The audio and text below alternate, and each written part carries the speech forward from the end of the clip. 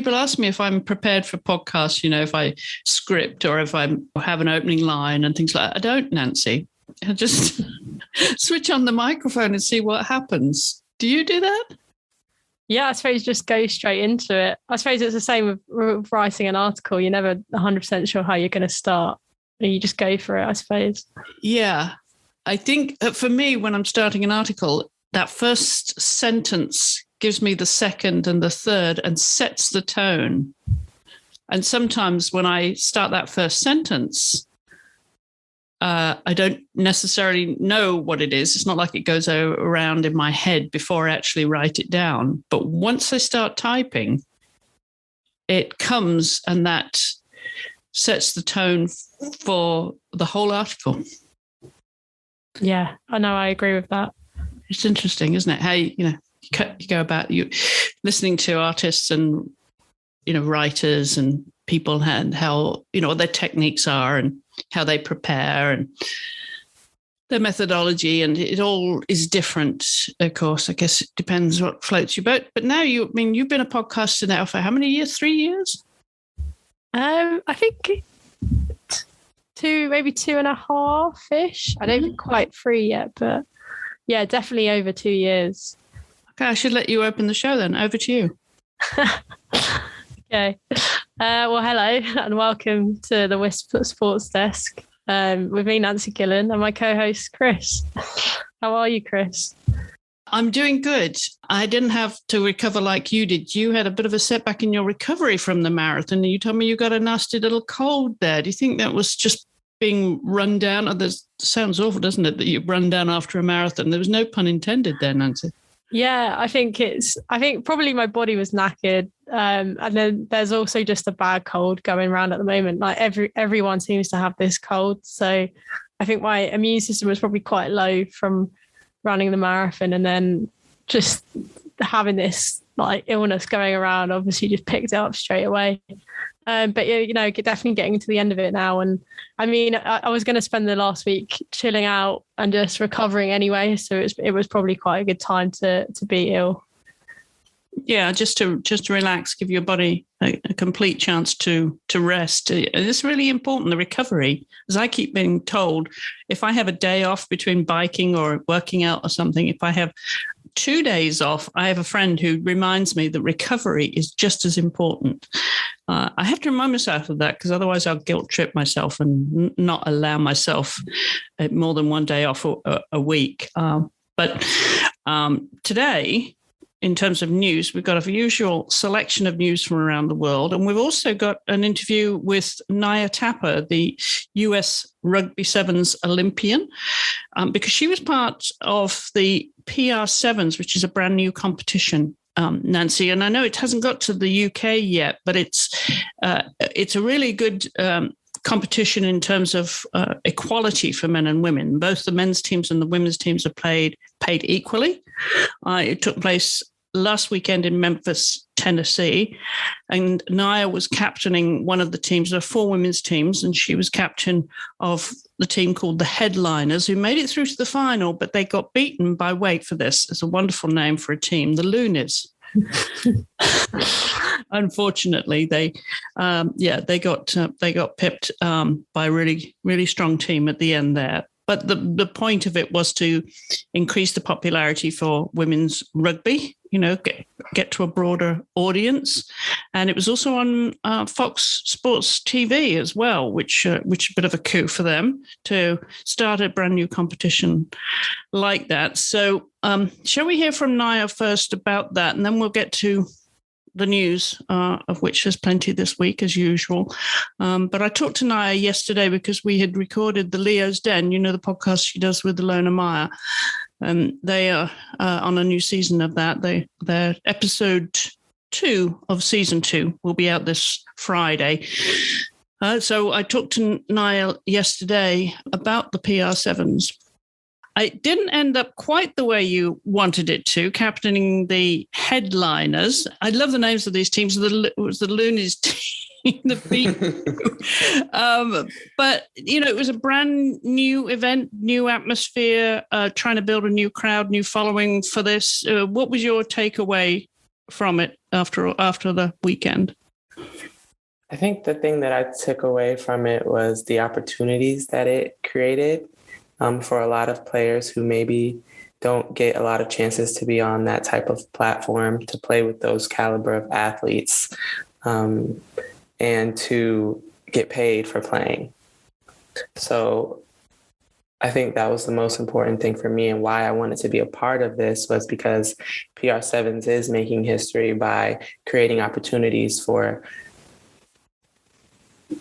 a more bigger area of rugby players, and also providing equal pay across the board, regardless of gender, which I think we don't see enough. So I think they're doing some great things, and I couldn't help but try to be a part of that. So I'm thankful for them for letting me, not only play, but also be one of the faces of the organization. Yeah. Now, how did it come about in the first place? This, the whole concept of PR7s, and how did you get involved? And then the third question, a three-part question then, Naya, then how did you get to become captain? Mm-hmm. So PR7s was started with Mike Tolkien and Owen, two great men. I think for them, I don't want to speak for them, but I think they just saw the opportunity that was there to bring a pro league into the US that was for men and women. I think they recognized how much the sport was growing and the impact that they could have on a lot of rugby players, but also rugby in general in the US. Going into this last season, our women's director brought to us the opportunity that there would be a chance for us to play domestically, but still professionally. And that's as women. And I think and get paid for it.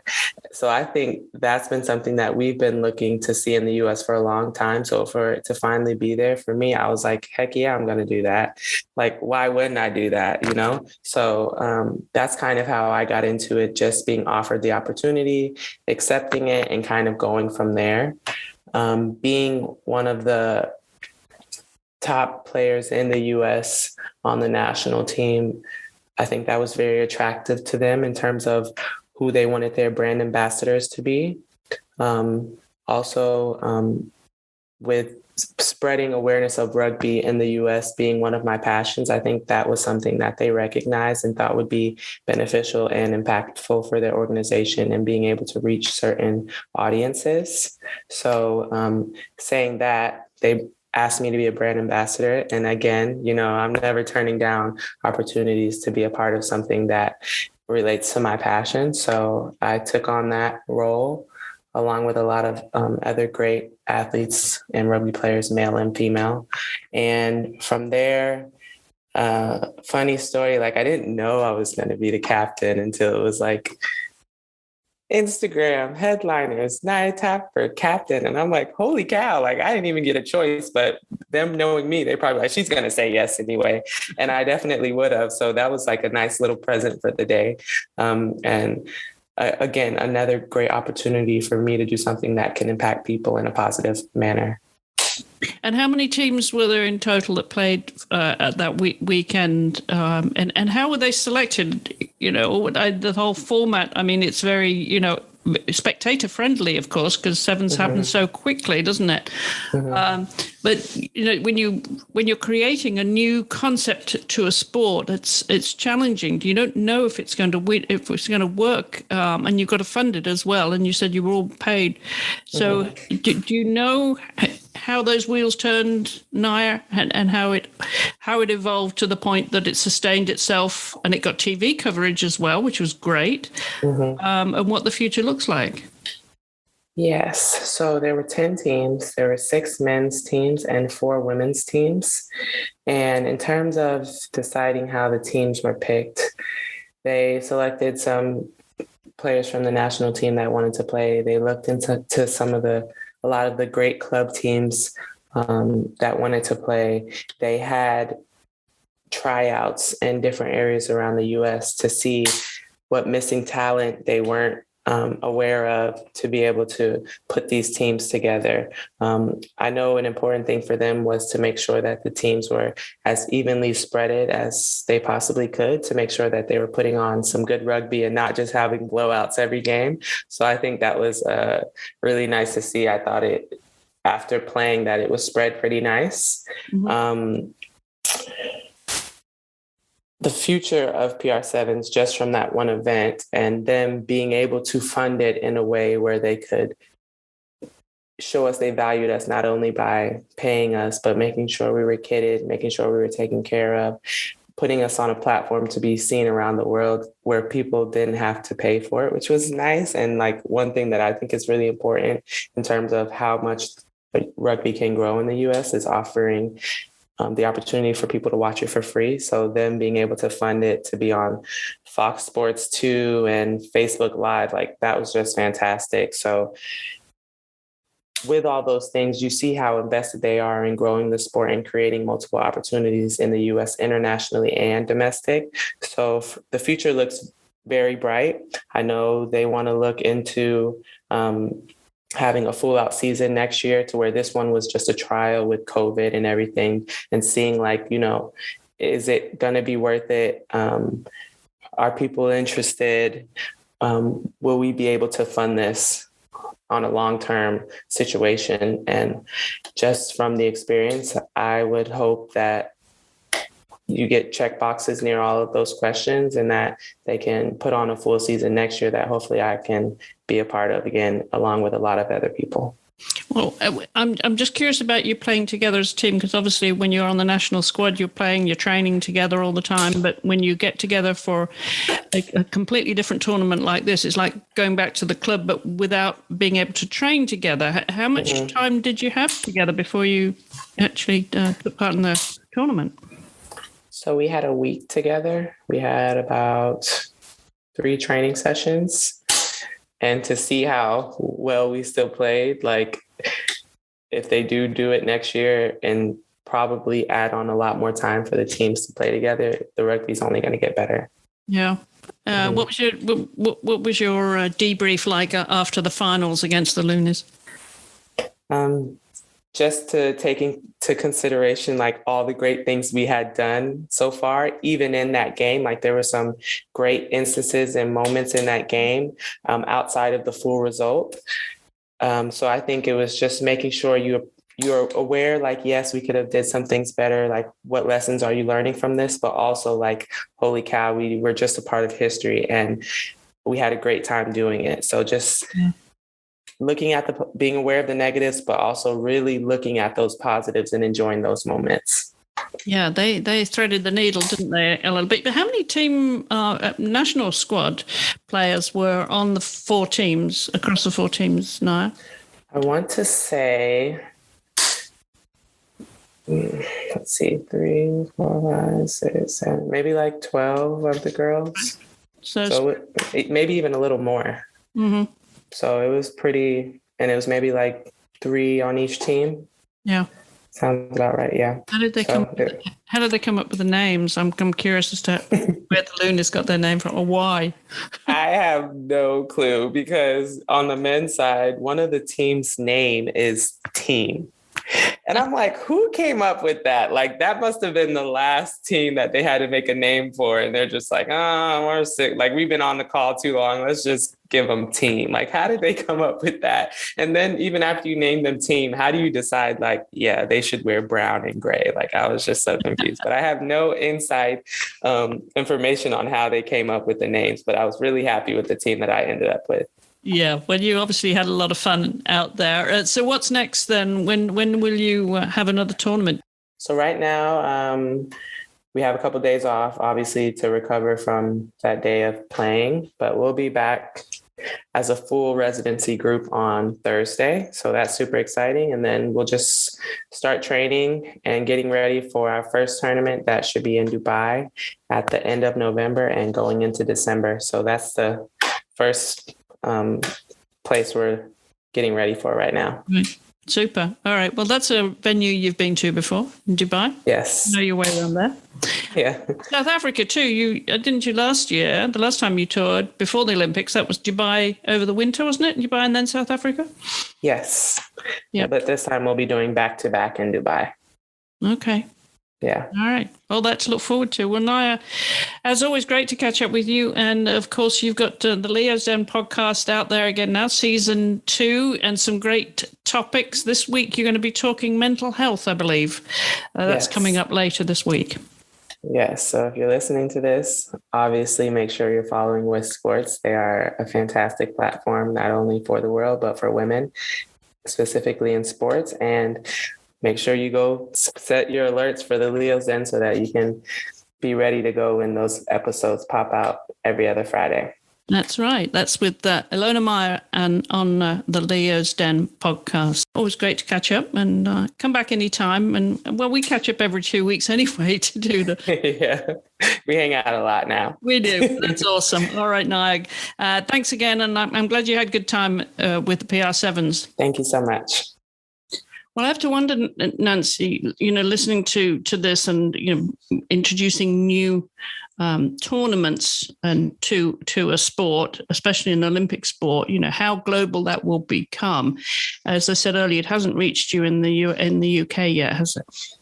No, but I think it sounds, I suppose rugby sevens is an Olympic sport, which definitely kind of helps every 4 years that they've got that platform to kind of promote it around the world. But yeah, no, it sounds like a really good competition. I know there's a few kind of issues here with some of the rugby 7 players who don't play kind of other forms of rugby. They're kind of stuck in the cycle, the Olympic cycle, in between every Olympics, yes, and have to work other jobs and earn money in different ways. So that competition could be, a solution to that. So yeah, it sounds really good. Because women's rugby generally, certainly the 15s, is becoming increasingly popular certainly in the UK and other Commonwealth countries, isn't it? Yeah, definitely. I think it's still a little bit behind football, women's football, in the kind of attention it receives and kind of the, I suppose, broadcast coverage it gets. But it's definitely a sport on the rise. There's still obviously a lot of kind of inequity going on. It's not perfect, but yeah, no, it's definitely on the rise. And I don't think not just the kind of elite level teams. There's also, I think, increased participation in the sport among women and girls as well. So yeah, it's always been a popular sport here, kind of watching the men play, but hopefully soon, the women will kind of be almost kind of receiving equal coverage.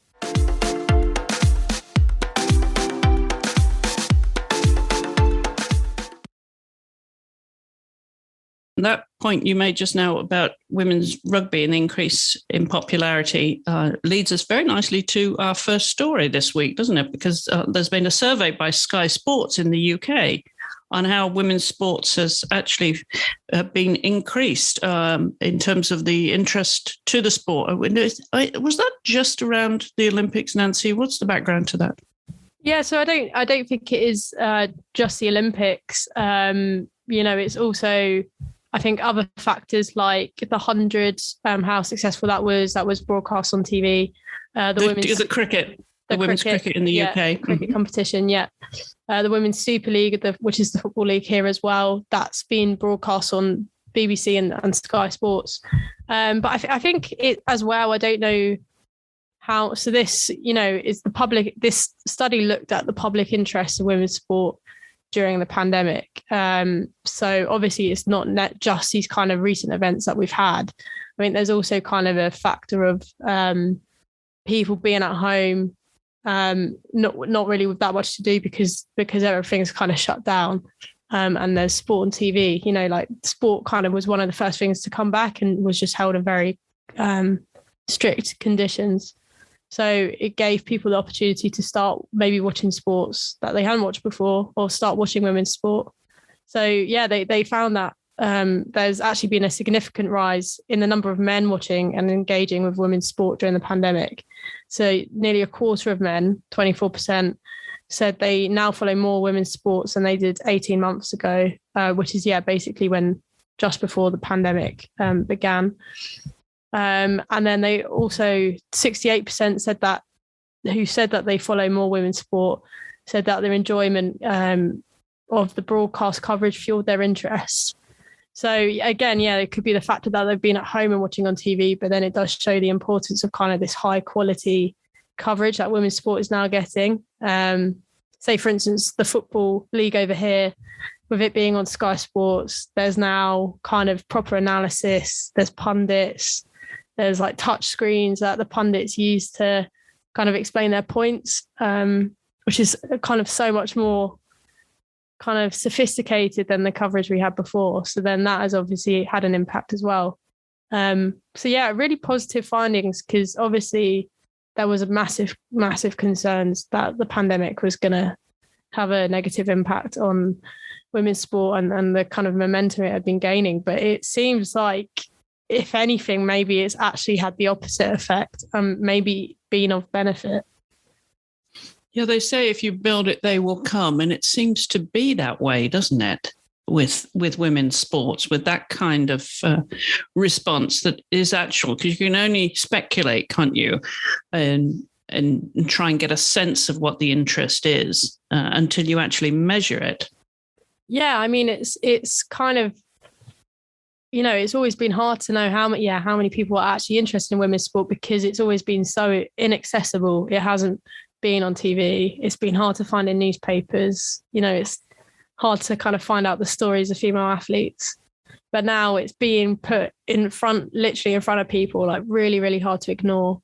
You probably have to go more out of your way to not watch women's sport, and especially women's football, than watch it. So I think, that's now we're kind of getting to the point where we can actually really measure whether people are interested in watching women's sport, because it is actually accessible now. And it seems like the answer is people want to watch it.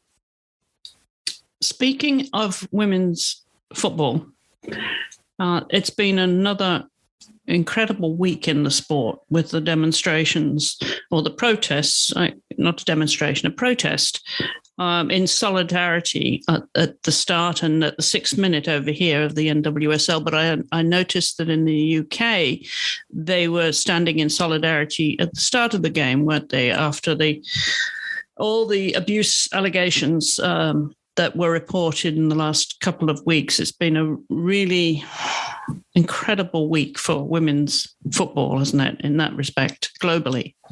Yeah, I mean, so I think, the NWSL kind of, obviously that's where the allegations have come from. So they kind of responded to it first by having that stopping play in the 6th minute, wasn't it? And then linking arms in the centre circle. I think, just kind of showing that they're all united. And I suppose it kind of shows that the importance of the players, the players make up the NWSL. Without them, as they've shown, if they just stopped, there wouldn't be a league. It just really, showing that the welfare and safety of the players absolutely has to be at the forefront. And then, it was really, really nice to see here at the weekend, WSL teams as well, doing the same, linking arms in the centre circle as well, just to show unity with the NWSL players as well. That was great to see. And as we've said before, when we said last week, I think you just hope that from this awful situation, there's positive that comes from it. And it kind of forces a change in culture to make sure that things like this don't happen again. Yeah, I'm just pulling a quote from that Guardian article. It said the NWSL scandal is horrific, but women's soccer is rife with sexual misconduct. But we've seen this in other sports. It's not just football, is it? No, exactly. I mean, this is just the latest in, a series of kind of sports. I mean, obviously gymnastics, USA Gymnastics is the absolute most high case incident, but we after the Athlete A came out, the documentary came out last year. There was gymnastic federations all across the world were having to deal with these abuse allegations, and then in different sports, and then it's kind of just football's time, I think, for players to speak up. And it really wouldn't surprise me if we kind of get further allegations from different leagues around the world after this. Yes. Yeah, it's nothing new, which is, it's awful that it is nothing new. But again, like, hopefully just means we can start to change the culture in sport that leads to these kind of incidents.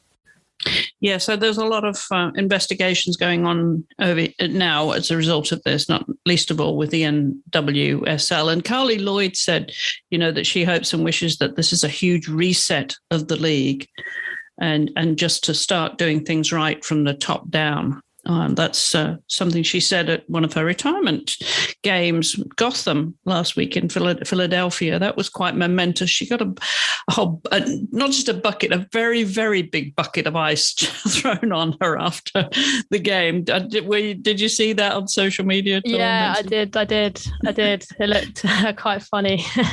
That was funny.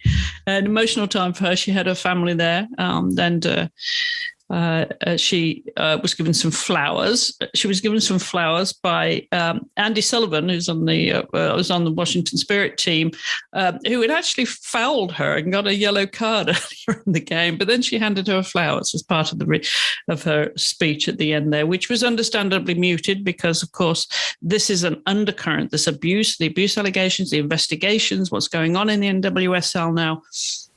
It just is an undertone. It's not, even though the girls are taking to the pitch again and they're playing their games, it's an undercurrent, right across the sport now.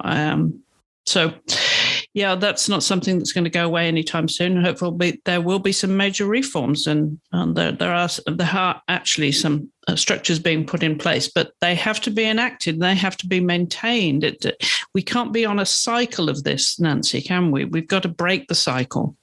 Yeah, exactly. I think all of this can't be in vain. I think the players who have spoken out, their courage can't be in vain. I think, it's got, like Carly Lloyd said, I think everything has to be reset. You've got to put new policies in place. You've got to learn from everything that's happened here and just make sure this never happens again.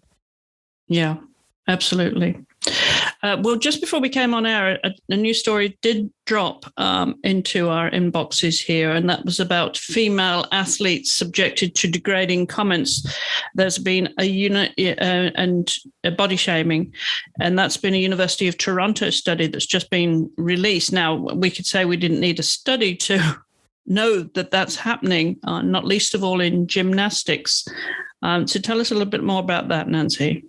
Yeah, so like you said, University of Toronto did a study where they found that female athletes in aesthetic sports are often the target of degrading comments and other forms of body shaming.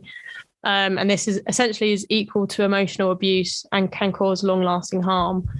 So the researchers involved in this interviewed 8 retired female Canadian national team athletes, including 5 Olympians.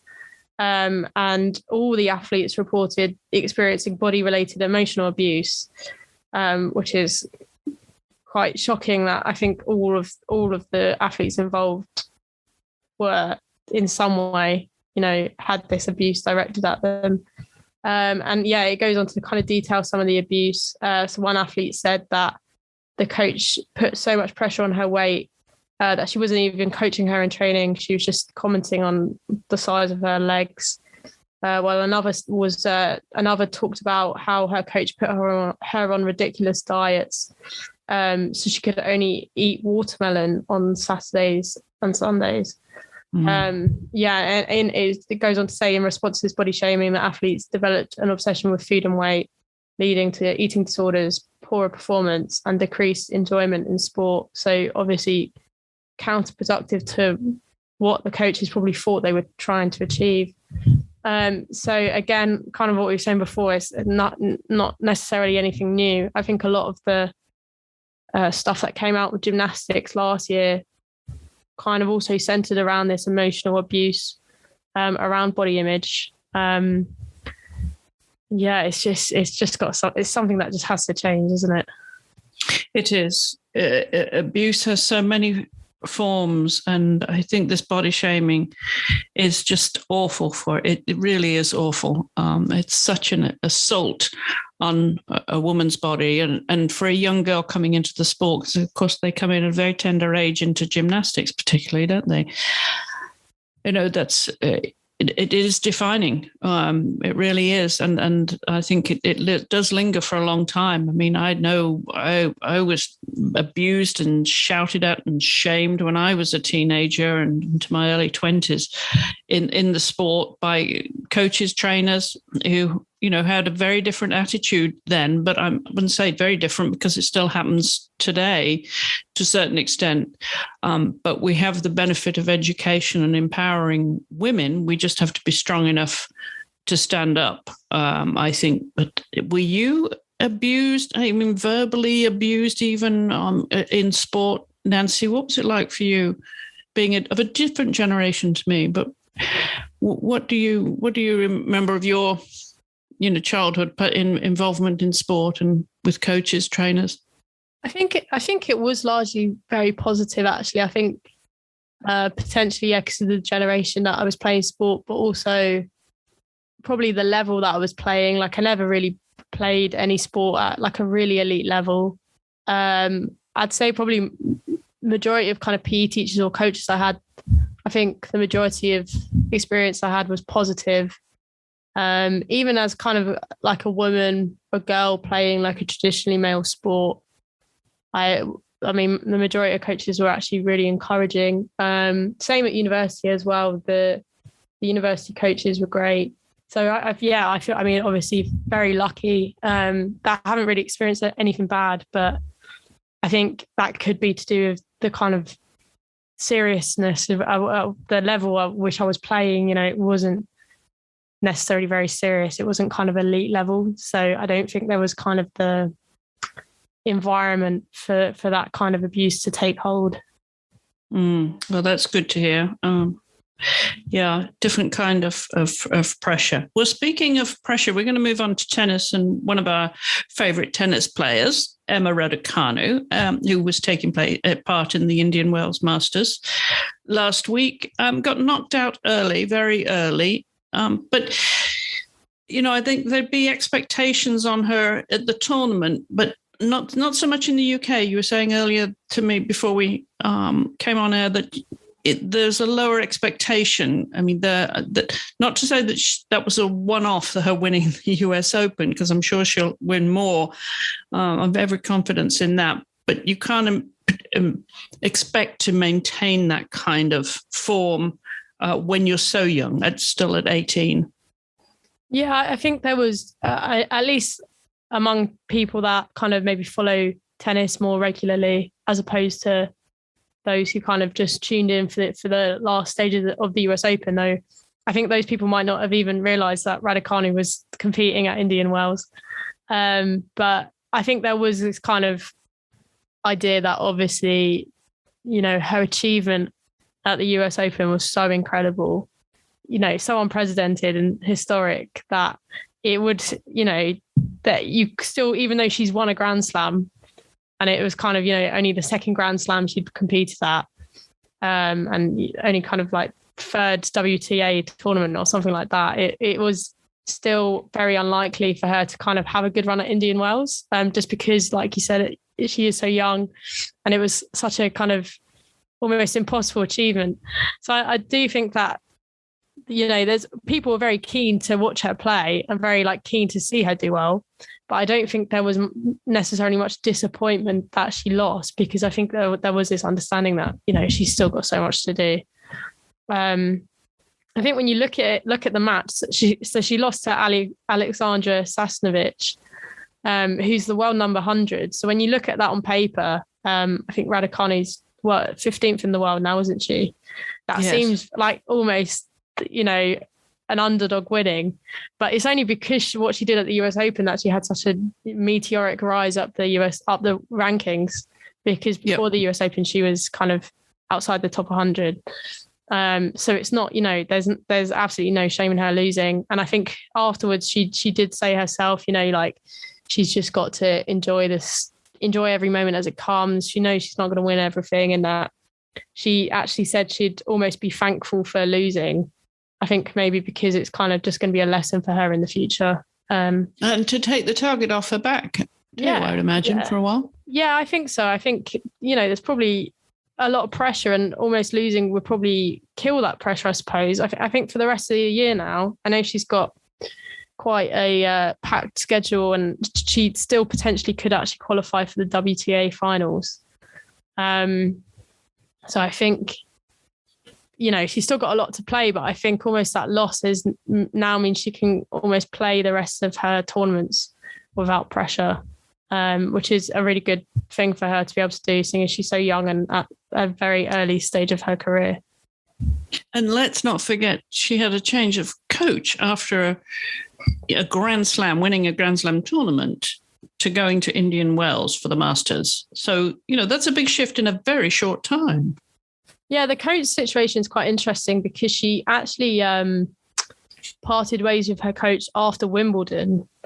And then the person who was coaching her for the US Open was on a temporary contract and was always going to leave.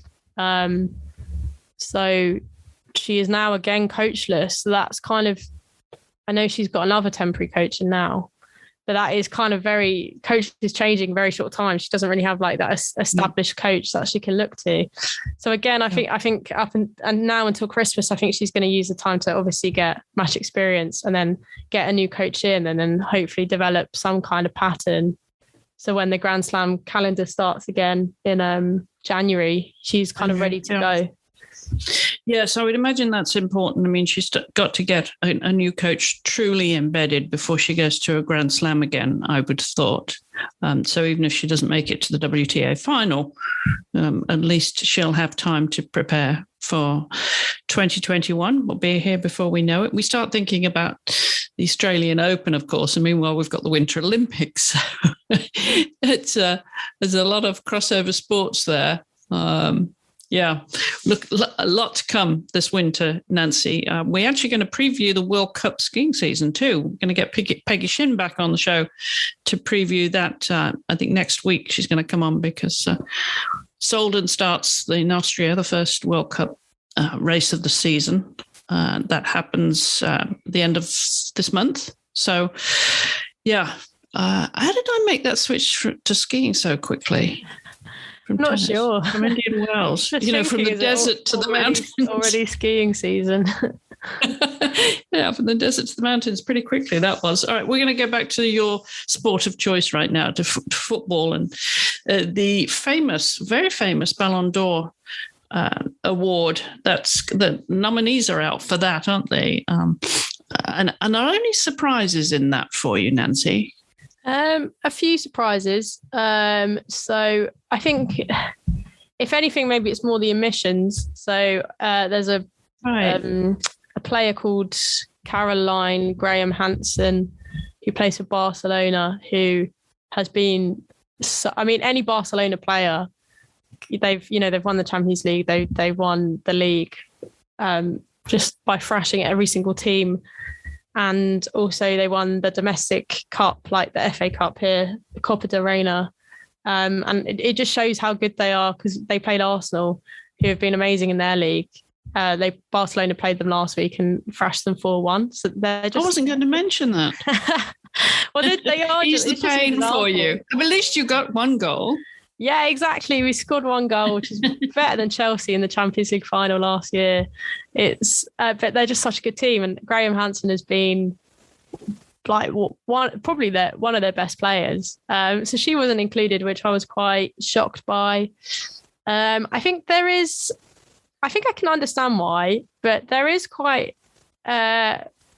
There's not many Americans. There's only one American, Sam Ewis. Only one, Sam Ewis. And, all respect to Sam, and I'm not saying she shouldn't be included, but it was all about the emissions, as you said, who was not on that list. You got 5 from Barcelona dominating that list and 4 from Chelsea. But, yeah, no other Americans. I mean, we've got Canadian players, Christine Sinclair, plays for the Portland Thorns.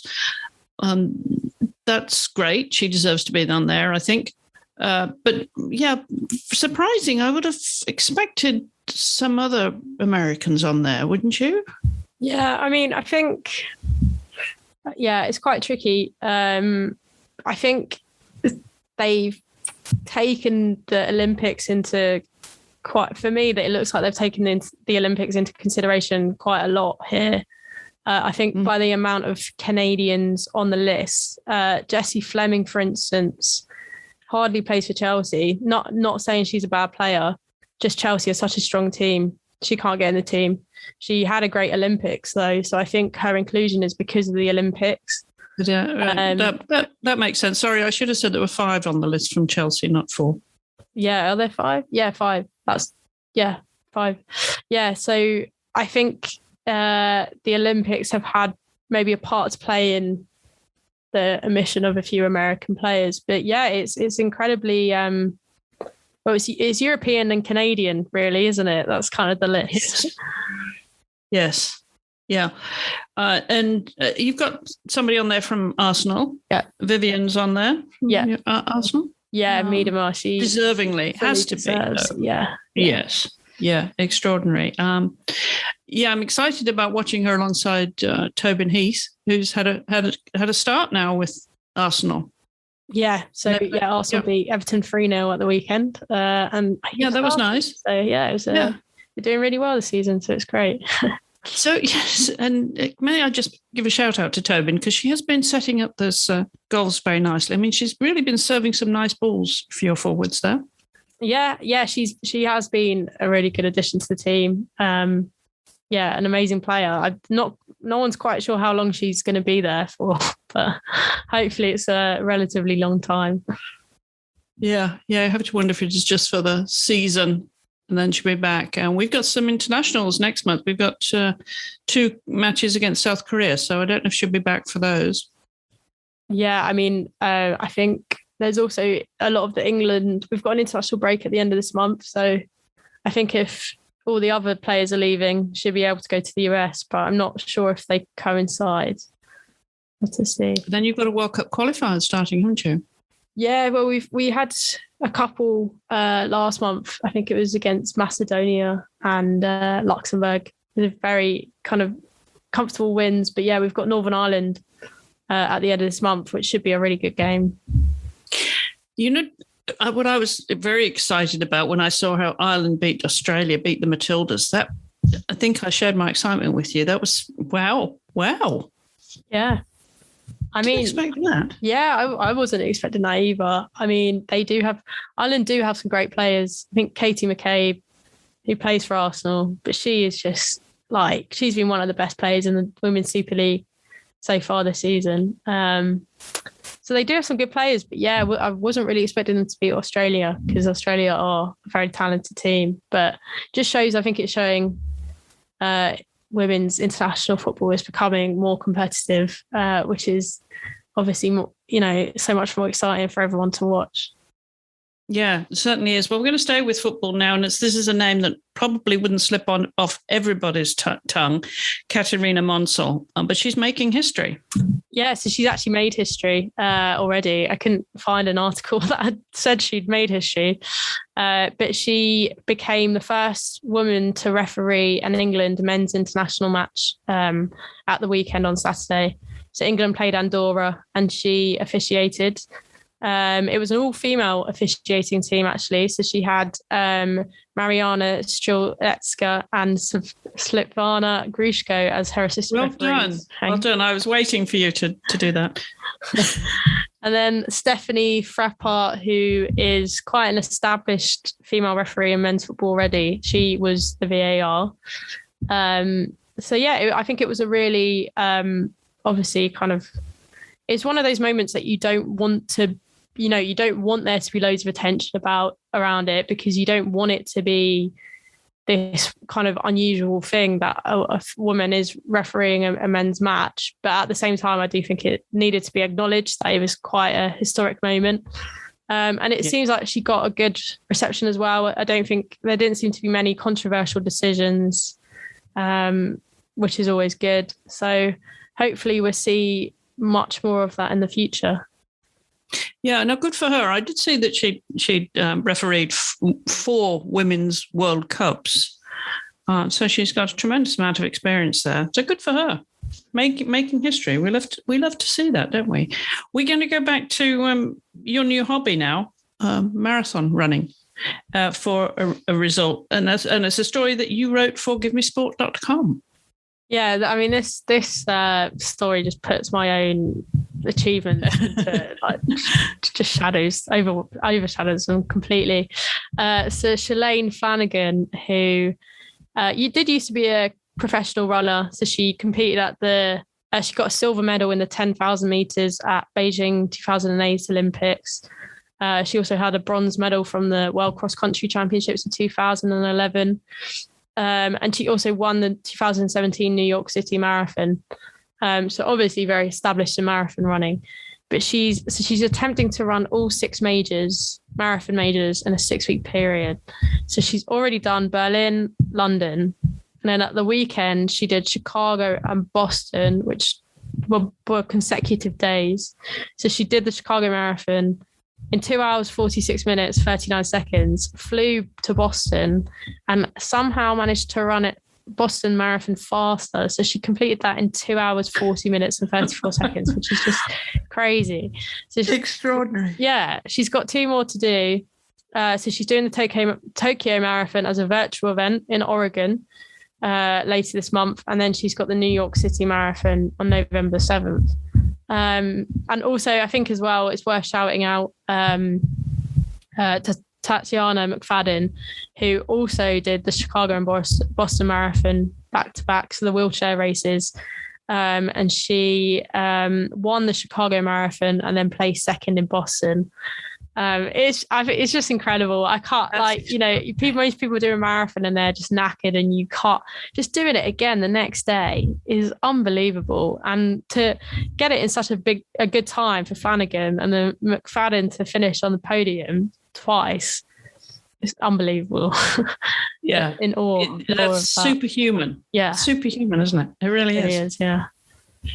Well, congratulations to her. What a story. What a story. Well, we're going to turn to winter sports now before we wrap it up here this week. And you've got a story from South Korea. Yeah, this is quite an interesting, kind of quite curious story.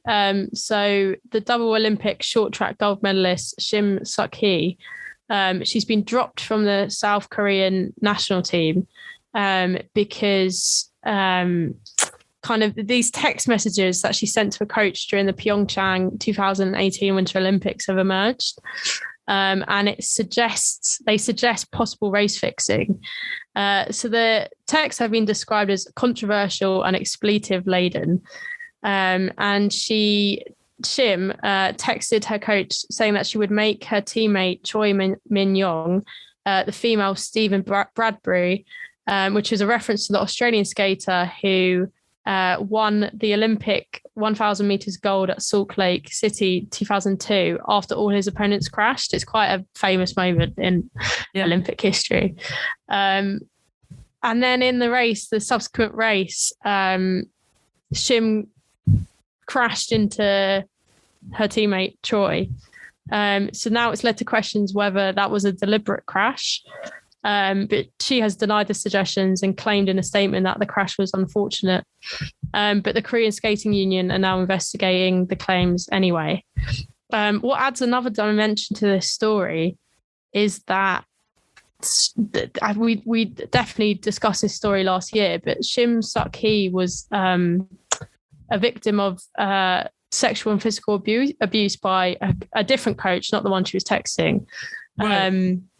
Before Pyeongchang, and the coach was subsequently jailed for 13 years because of this abuse.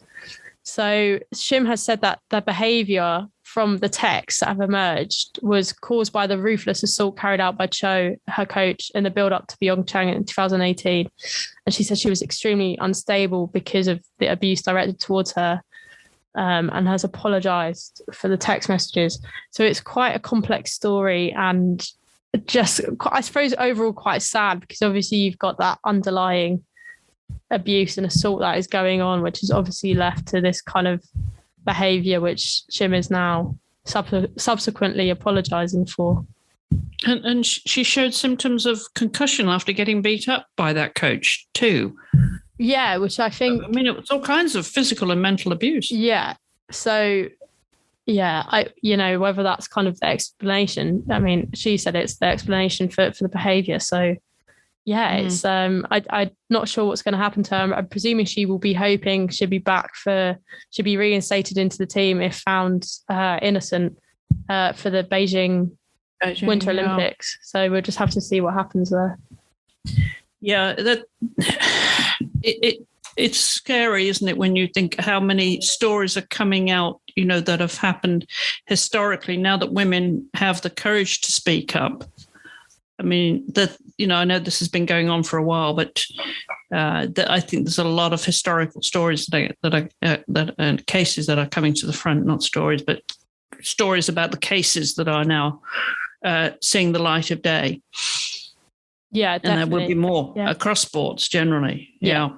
Yeah, definitely. I think all right. There's will be more and more. We're going to end on a retirement. Funnily enough, there's perfect timing. A retirement of a Paralympic swimmer, retiring at the age of 20, so young, and she's retiring. Tell us about that. Yeah, so Ellie Robinson, who is a British Paralympic swimmer, she's decided to, as you said, retire. Her interview during the Paralympic Games this summer went viral because she had previously won a gold medal at Rio 2016, but then finished fifth at Tokyo this summer. And then just kind of gave this really emotional interview where she explained that, the illness that she had was an ongoing hip problem as part of her disability, was just making it really hard for her to train. Like she was going to give up and then decided not to give up. And then, she was just saying she was in agony the whole year, building up to Tokyo, and then wasn't able to get a medal, but said that she was really proud of herself just for being there. So I think she kind of hinted in that interview that she was going to retire, and she has since confirmed that. So it's only come weeks after Ellie Simmonds as well, was 5-time Paralympic champion, also retired. So I'm sure there will be soon a new wave of British Paralympic swimmers. But it's a shame to see her go. But obviously at this stage, I think you could see at Tokyo that she was kind of struggling to compete at that level. So I'm sure she obviously was a hard decision, but I'm sure it's the one that's right for her.